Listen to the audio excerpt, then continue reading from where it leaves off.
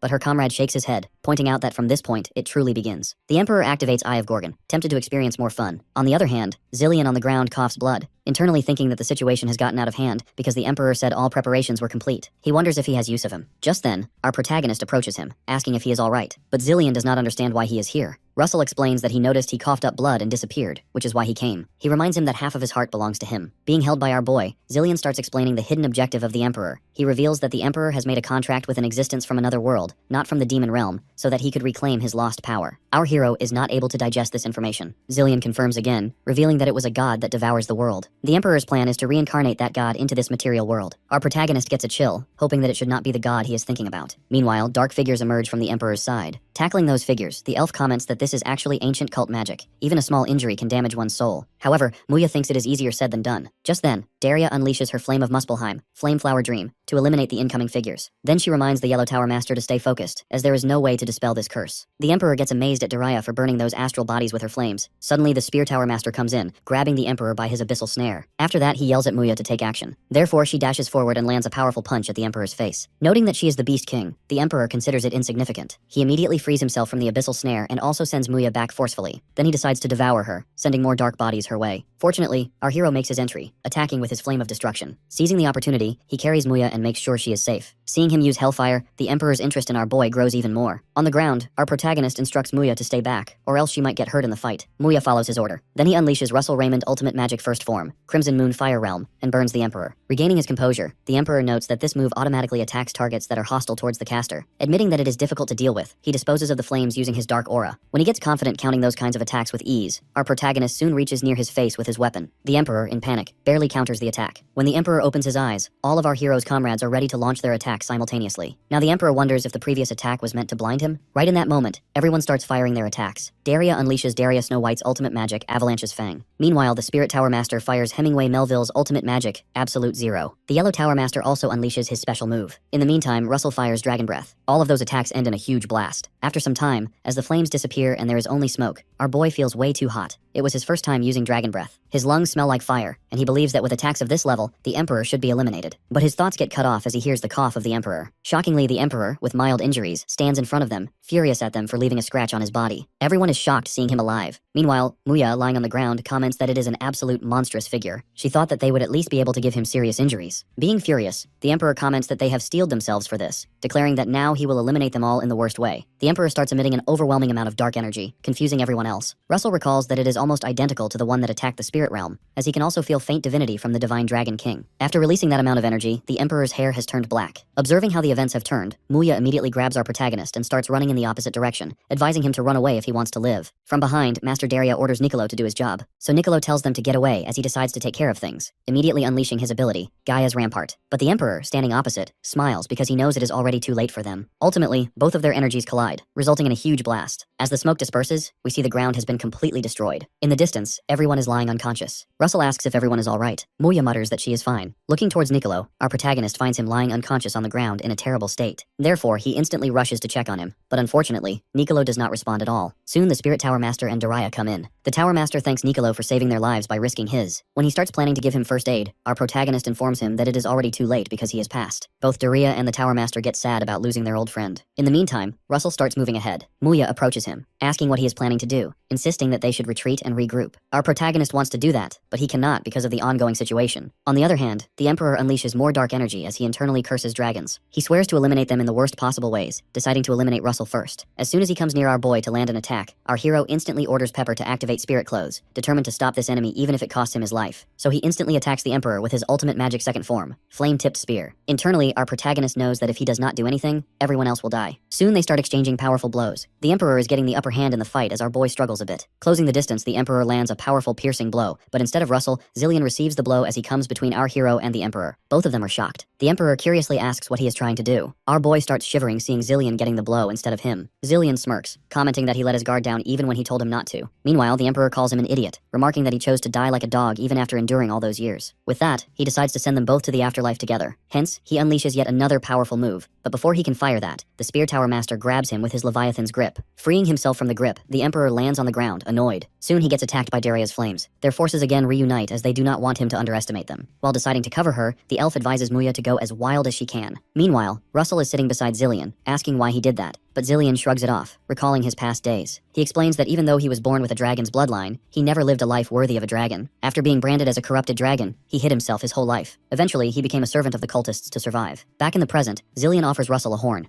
It is actually his refined mana, only the form has changed, but it is the same as his heart. Our protagonist starts trembling, remarking that Zillion will die if he gives that to him. Still, Zillion, while coughing, says that he is dying anyway, so he wants to at least end like a dragon. Tears fall from our hero's eyes as he listens to Zillion calling him his young dragon emperor. Some time passes, and we see Muya and the elf defeated and lying on the ground. Meanwhile, Daria is still fighting with her flames. Landing on the ground, she checks on the Spear Tower Master. The Tower Master remarks that he has already reached his limit. While supporting him, Daria reflects they have been living for a long time. As the Tower Master gets up, he states he does not have any regrets. But Daria reveals that she has one. She wants to see her apprentice get married. She thinks that her first and second apprentices should have retreated by now. Therefore, she wants to send the youngest one away as well. Determined to see the three of their weddings, even if it might be from the underworld, she starts activating her flames. The Spear Tower Master also joins her. Now both of them are unleashing an overwhelming amount of energy. Seeing them, the Emperor remarks that they are even squeezing out their mana to the point of risking their lives. He gets amused, coldly deciding to grant their death wish. However, out of nowhere, he receives a heavy punch from Russell. The punch is so hard that he is blown away across the battlefield. Daria gets stunned seeing our boy in a completely new transformed shape. A system notification pops up, telling him that he has absorbed the horn of a corrupted dragon. All the powers of the 6 dragons he has collected until now are with one another. Suddenly, a red system notification pops up giving a warning that the amount of mana is too great. From the debris, the Emperor asks if he has absorbed Zillion's mana. Still, he cannot believe it, as he might not have fully regained his power. But he was not expecting to get pushed this far. Soon, our protagonist attacks with his spear, which lands between his legs. Flying above, Russell is ready to launch another spear towards him. Soon, the two are crossing their weapons with full strength. While the Emperor fights with everything he has, he addresses our boy as the Dragon Emperor of this era. Both jump back after pushing each other with their weapons. The Emperor mentions that the Dragon Emperor and the Savior from another world ruined the plan last time, and this time, even their descendants are getting in his way. He dashes forward to attack our protagonist, but Russell counters the attack. The Emperor is determined to take away his life before the end of the material world, so he unleashes another attack, yelling for him to die. Russell has a hard time because the area of damage is too wide to dodge, but still uses ultimate magic second form, Flame-Tipped Spear, La Mancha Giant Slayer. From a distance, the Tower Master and Daria observe the battle. The Tower Master comments that he never thought he would end up finding God by living as a mage. On the other hand, Daria feels worried about our boy. The scene shifts to the Britannia Empire capital, where circles are drawn above the castle tower, and the energy keeps getting stronger. Soon, the citizens of the capital start collapsing one after another. Meanwhile, at the top of the tower, a group of cultists are busy in a ceremony calling something to their place. The leader calls out to the great climate from beyond, the evil god, yelling that they have offered the blood sacrifice and are prepared with utmost devotion. He prays for the evil god to engulf them in its darkness and save them through death. Soon, a large tentacle-like structure is shown in outer space. Back to the battlefield, our hero and the Emperor are fully focused on attacking each other. The Emperor attacks and our protagonist dodges. Seizing the opportunity, Russell unleashes Karanos to hit his opponent with lightning. After being hit, the Emperor unleashes afterworld arrows and launches them towards our boy. While dodging the arrows, Russell's body starts getting heavier and heavier, as his body cannot uphold this divine power. He pushes hard and manages to almost hit his opponent. After defending himself, the Emperor curses, unable to believe a mere mortal dares to fight him. So he dashes forward and uses his blade to counter our protagonist. Russell reflects internally that at this pace he is going to lose, but he reminds himself that he needs to beat him no matter what. He knows it is risky, but he does not have a choice. If it is the current him, he thinks it is possible. Therefore, he decides to pour everything he has into his next attack to protect everyone. After pushing back his opponent, he orders Pepper to release the spirit clothes. Soon, our protagonist transforms into a dragon. This catches the Emperor off guard, as he never expected a human to do that, even if he might be the Dragon Emperor's descendant. Without wasting time, Russell in dragon form unleashes a heavy amount of flames towards his opponent. The Emperor screams loudly as the flames result in a huge blast. Soon after, our boy transforms back to his human form, grateful that the dragon transformation worked. But unfortunately, the side effects are too severe. It feels like his heart is going to explode. Shockingly, he still hears the laughter of the Emperor. Even though he is burned, he is still alive. Russell, with a cold expression, asks what is so funny. The Emperor, crazy, wonders how he could not laugh, saying that he has gained power comparable to a transcendent being, yet he is blinded by victory to the point that he cannot even understand the situation. Then he points towards the sky, revealing that the climate, the evil god, has descended upon the material world. Soon a huge vortex appears in the sky, and a monstrous being starts to emerge. Russell, in panic, wonders how it appeared without him noticing, as he did not sense its presence at all. Standing hopelessly, our hero wonders if the reason is because it is from another dimension. Putting that aside, he notices that this thing is on a level that cannot even be compared to the one he encountered in the spirit realm. No, he gets that this is the reason why the Spirit King called it a fragment of a god. Unfortunately, just then, Russell vomits blood. The Emperor clearly enjoys the view as he mockingly addresses him as the Dragon Emperor of this era. Raising both hands, the Emperor is excited to be reborn from this moment on, calling out to the evil god, wanting to borrow its power. tower. Right at that moment, he gets struck by heavy lightning from the sky. On the other hand, our protagonist passes out even though he does not want to. Before he can fall to the ground, the Tower Master grabs him, while Dariah makes a protective shield to cover them. Their plan is to get out of there immediately. Seeing that the evil god has already descended, the cultists celebrate, as their wish has finally come true. The cult leader yells that the material world is finally going to see its end. Meanwhile, thunder strikes the ground in multiple places. A few days later, at the Endymion army main camp, Daria notes that their losses are enormous, and the Empire's berserk magic really worked. But the Tower Master feels grateful that they have been treated in time. The two superhumans are saved but are only unconscious. They will soon wake up. The only thing that worries Daria is that evil god that disappeared instantly, and the Emperor. The sky that set the boundary between day and night also disappeared. She wonders what in the world is about to happen. Then the Master asks if she is going to visit Russell again, and Daria states she needs to visit him because she cannot leave him in his current state. Just then, Baron Donovan runs towards them, reporting that the princess is on her way here. Princess Hecate sits beside an unconscious Russell, holding his hand, never expecting the Emperor and pagans to go to this extent. Daria insists it is the truth. She explains that the Emperor's body is possessed by a transcendent of the pagan cult, resulting in a dark being from another world descending into the material world. Furthermore, a monster rampages near the capital, plus an unrecorded new species is emerging. Princess Hecate stands stunned, considering this an unprecedented danger, and asks about Daria's next move. Confidently, the Master declares they will charge forward to target the capital. She notes the many sacrifices of this war, the loss of the Yellow Tower Master, and the clear injuries to leaders of each species. On top of that, Duke Russell is on his deathbed. Still, they cannot afford to delay further. Not just Endymion, but the entire continent is in danger. Tears shed as Hecate mentions they need to wait for 1 week. According to her, His Highness has already requested reinforcements from other nations, and soldiers will gather at the main camp within a week. However, since these are for the front line, she notes they need to convince them to target the capital. Daria bows, reassuring her of their success. The princess believes in them, caressing our hero's forehead as she believes he will surely return to her. Sometime later, Russell finally wakes up. Getting up, he wonders where he is, realizing his bones are completely healed, and wonders if a lot of time has passed. In panic, he worries about the others, immediately coming out of his room to find himself in a large, fancy building resembling a shrine. Soon, someone approaches, shocking him, a person with long hair and a ponytail. Knowing our boy must have many questions, the stranger suggests they move somewhere else. Following him, Russell recalls that this person fought the giants in the mural the otherworld savior Barry Arios mentioned. Recalling what that otherworld monster said, our protagonist realizes he is Kim Hyun-sung, his ancestor. Soon they reach a massive door, which Hyun-sung immediately opens. Seeing someone sitting inside, our boy thinks she is his mother but shrugs it off. That lady is actually the dragon god, who turns to him, pointing out that he must be the first dragon emperor, the dragon king. She also notes he got it in one go. Russell then turns to Hyun-sung, considering him the otherworld savior, but Hyun-sung feels annoyed because the title makes him cringe, wondering why it is otherworld savior when there are many cooler names. The lady gets up, explaining this is Pantheon, the world in which gods live, known in the material world as the divine realm. Leaning towards our protagonist, she tells him to look out the window at the place where Olympia gods live. She points to the world tree Yggdrasil, noting Asgard lies above it. Then she points towards the third island, Ire, where the goddess of Damon's family lives, stating that they are currently in the divine dragon realm. She explains the divine realm is separated into these 4 territories. Our boy reflects internally that after the mythological era, the words of the gods were a mystery, with only rumors that they had created a divine realm and moved there. Russell never expected it to be the truth, but soon realization hits, and he asks if he is dead, unable to figure out why he is in the divine realm. The lady chuckles that only his consciousness is temporarily there, while Hyun-sung states that he is alive and well. The divine dragon king asks if he knows why he cannot reach the 9th circle, answering that it is because of the dragon emperor's divinity. This makes our boy flinch as he wonders about the 9th circle. She explains that divine power comes from divinity, and in his case, his divinity is so huge that mana stabilization does not work. Hyun-sung pats his shoulder, revealing that is why they called him, to teach him how to build his divinity. After that, he will leave the appearance of a human and be reborn as a demigod. Later, they reach the Asgard gods' training hall, Asgard Einherjar. Hyun-sung boasts that it is so sturdy that even if the gods duel there with all their strength, it will not be affected, making it the perfect location to train his divinity. But our boy hesitantly asks how long it is going to take, recalling that the Dragon King said the material world is fine, but he is still worried. Deep in thought, Hyun-sung realizes his concern actually made our boy worry more. Deciding to be honest, Hyun-sung explains that the material world will soon be in a dangerous situation. He coldly reveals that the Emperor is trying to borrow power from another world to revive, and Russell cannot face him as he is right now. Therefore, he believes our hero really needs to turn divinity into his own. Our hero fills with rage, learning the Emperor is still alive, and thinks if he were stronger, this would not be happening. But Hyun-sung tells him not to overthink, because after training, the Emperor will be nothing. With that, training starts as Hyun-sung gathers energy, instructing our boy to close his eyes, then pours that energy into our hero's forehead, saying he will face the divinity deep within him. When our protagonist opens his eyes, he finds himself in a place like outer space, listening to the faint voice of his ancestor telling him not to lose. Observing the area closely, Russell wonders if this is a world within his mind, but it seems much deeper than he thought, and it is difficult to use magic. As soon as he tries to use magic, he feels something approaching him from behind. A figure reveals itself, looking just like Russell, before transforming into a huge flame dragon. The feeling our boy gets is familiar.